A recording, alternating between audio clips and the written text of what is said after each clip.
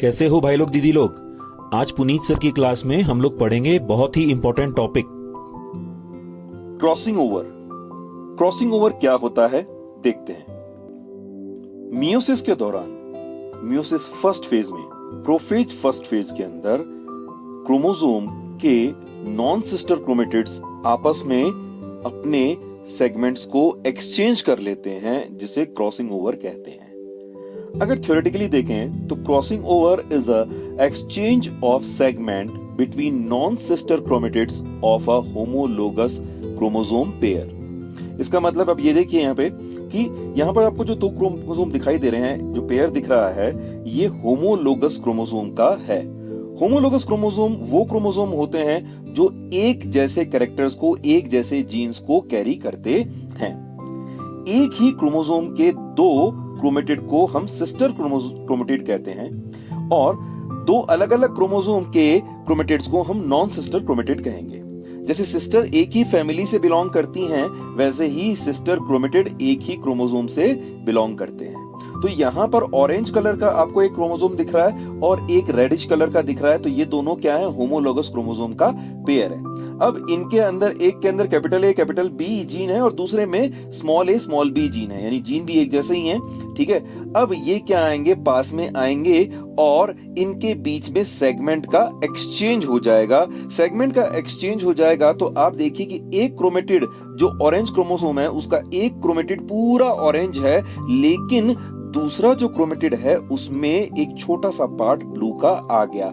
और इसी तरह से जो ब्लू कलर का क्रोमोसोम है, उसका एक क्रोमेटिड पूरा ब्लू है, लेकिन दूसरे क्रोमेटिड में छोटा सा पार्ट किसका? रेड का या ऑरेंज का आ गया। तो अब यहां पर हमारे पास में चार तरह के क्रोमेटिड मिले।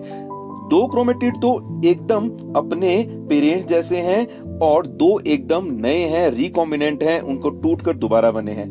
जो पेरेंट जैसे हैं उन्हें क्या कहते हैं? पेरेंटल क्रोमेटिड कहते हैं, पेरेंटल टाइप कहते हैं।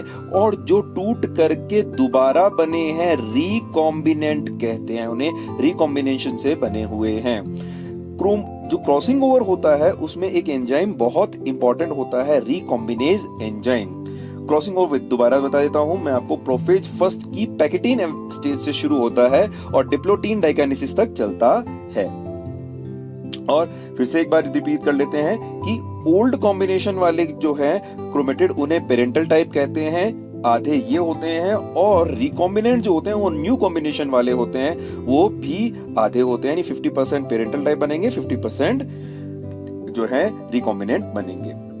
क्रॉसिंग ओवर जो होता है वो लिंकेज का इनवर्सली प्रोपोर्शनल होता है, यानी जितना ज्यादा क्रॉसिंग ओवर होगा उतनी लिंकेज की चांसेस कम होगी, ठीक है। दूसरा है, क्रॉसिंग ओवर जो है एज के साथ साथ कम होता जाता है, यानी एज से ये एज के भी इनवर्सली प्रोपोर्शनल है। और डिस्टेंस के ये क्या है? डायरेक्ट प्रोपोर्शनल है। जितनी ज्यादा डिस्टेंस होगी दो जीन के बीच में, उनके बीच में क्रॉसिंग ओवर के चांसेस ज्यादा होंगे, ठीक है। अब आप बताइए, आपको पिछली क्लास में मैंने बताया था कि मैक्सिमम लिंकेज हो सकता है 100% और मिनिमम लिंकेज हो सकता है 50%। तो अब आप बताइए क्रॉसिंग ओवर मैक्सिमम कितना होगा? क्रॉसिंग ओवर मैक्सिमम हो सकता है 50% ओनली और मिनिमम हो सकता है 0%, क्योंकि अगर 100% लिंकेज है तो देयर इज 0% क्रॉसिंग ओवर, और अगर 50% तक है लिंकेज तो 50% चांस ऑफ क्रॉसिंग ओवर। यानी कि अगर पूरी तरह से मैक्सिमम क्रॉसिंग ओवर हो भी जाए तो भी 50% चांस लिंकेज के होते हैं। अब आता है नई चीज, देखते हैं क्रॉसिंग ओवर वैल्यू या क्रॉस ओवर वैल्यू, COV से जीन फ्रीक्वेंसी भी कहते हैं। फ्रीक्वेंसी ऑफ क्रॉसिंग ओवर और रिकॉम्बिनेशन या परसेंटेज ऑफ रिकॉम्बिनेंट, ये क्या है? ये क्रॉसिंग ओवर की फ्रीक्वेंसी है या रिकॉम्बिनेशन की फ्रीक्वेंसी है, जिसको हम कैसे नापते हैं? परसेंटेज ऑफ रिकॉम्बिनेंट्स के, ठीक है। Cross over value equals to number of recombinants upon total number of individuals into 100। अब यहां पर हम देखते हैं कि किसी के अंदर, किसी भी क्रॉस के अंदर जितने रिकॉम्बिनेंट्स बने हैं उनका क्या करते हैं? परसेंटेज निकाल लेते हैं टोटल इंडिविजुअल में से और उसे कहते हैं cross over value. Cross over value equals to distance between the genes, यानी कि क्रॉस ओवर वैल्यू किसको डिटरमाइन करती है? दो जीन के बीच डिस्टेंस को डिटरमाइन करती है। अगर इसमें 1% आता है तो इसे सेंटीमॉर्गन कहते हैं, अगर इसमें 10% आता है तो इसे डेसी मॉर्गन कहते हैं, और 100% होता है तो इसे मॉर्गन कहते हैं। इस यूनिट को मॉर्गन कहते हैं। ठीक है, तो डिस्टेंस बिटवीन जीन की यूनिट क्या है? मॉर्गन है, सेंटीमॉर्गन है, डेसी मॉर्गन है। ठीक है, या इसके बाद आता है, अब एक एग्जाम्पल देखते हैं। एक एग्जाम्पल क्या? पुनीत सर टेस्ट क्रॉस कराया ग्रे बॉडी नॉर्मल आई हाइब्रिड्स को ब्लैक बॉडी पर्पल आई रिसेसिव से कराया, और उनको क्या मिले? ये रिजल्ट मिला। ग्रे बॉडी नॉर्मल आई वाले मिले 250, ब्लैक बॉडी पर्पल आई वाले मिले 234, ब्लैक बॉडी नॉर्मल आई वाले मिले 15, ग्रे बॉडी पर्पल आई वाले मिले 16।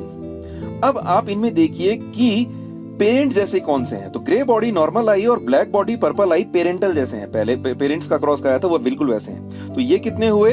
250 प्लस 234 कितने हैं? 480। टोटल नंबर ऑफ इंडिविजुअल कितने हैं? 515। तो और रिकॉम्बिनेंट कितने हैं? 15 प्लस 16 31।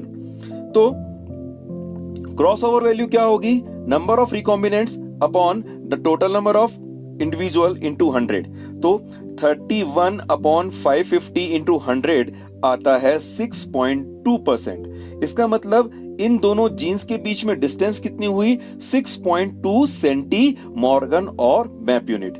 अब यहां पर एक और एक चीज देख लेते हैं, इनके बीच में लिंकेज कितना होगा। तो लिंकेज के लिए हम देखते हैं पेरेंटल टाइप कितना है। तो parental type upon total number of individual 484 upon 515 into 100 93.98%, यानी इनके बीच में लिंकेज कितना है? 93.98% है। सीओवी जो होती है, अभी इससे पता चलता है सीओवी क्या है, किस में मदद करती है? क्रोमोसोमल मैपिंग में मदद करती है, जीन मैपिंग में मदद करती है। इसकी मदद से आप क्रोमोसोमल मैप या जीन मैप बना सकते हैं।